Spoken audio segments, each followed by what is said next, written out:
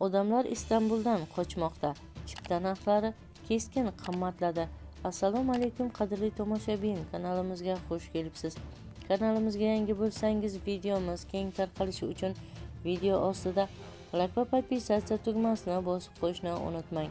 Turkiyaning Istanbul shahridagi ketma-ket ro'y bergan zilzilalardan so'ng shaharni tark etishni xohlovchilar soni ortdi va aviachiptalar narxi keskin oshib ketdi.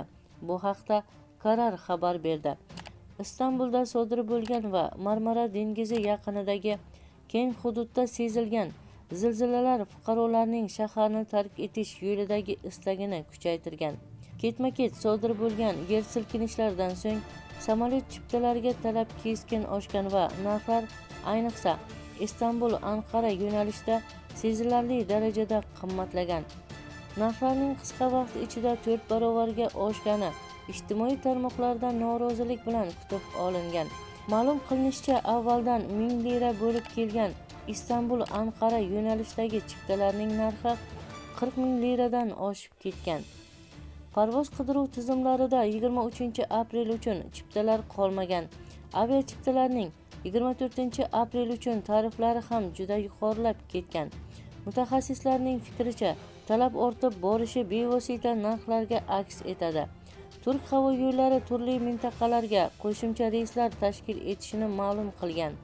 Ayni damda Turk havo yo'llarining saytida Istanbul shahridan Toshkentga uchish narxi 28.848 lirani tashkil etmoqda. Bu o'zbek so'mida 9.704.178 so'mni tashkil etadi. Bugun 23-aprel kuni mahalliy vaqti bilan soat 12:49 da Turkiyaning Istanbul shahrida 6.2 magnitudali zilzila sodir bo'ldi. U Silivri tumani sohilida sodir bo'lgan. Zilzila qo'shni viloyatlarda ham sezilgan. 13:07 dan boshlab silkinishlar kuchi 3.4 dan 3.1 gacha pasayishni boshlagan. Mahalliy mutaxassislarning so'zlariga ko'ra, ushbu zilzilalar paytida 151 kishi qo'rquv sabab balandlikdan sakragan holda tan jarohati olib shifoxonaga yotqizilgan. Istanbul gubernatorligi ma'lumotiga ko'ra, zilzila oqibatida hech kim halok bo'lmagan. O'zbekistonning Istanbul shahridagi bosh konsulxonasi mahalliy favqulodda xizmatlar bilan doimiy aloqada bo'lib, vaziyatni kuzatishda davom etayotgani va jarohatlanganlar orasida O'zbekiston fuqarolari yo'qligini bildirgan.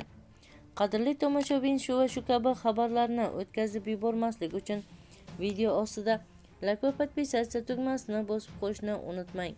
Bizni qo'llaganlarni Allohning o'zi qo'llasin.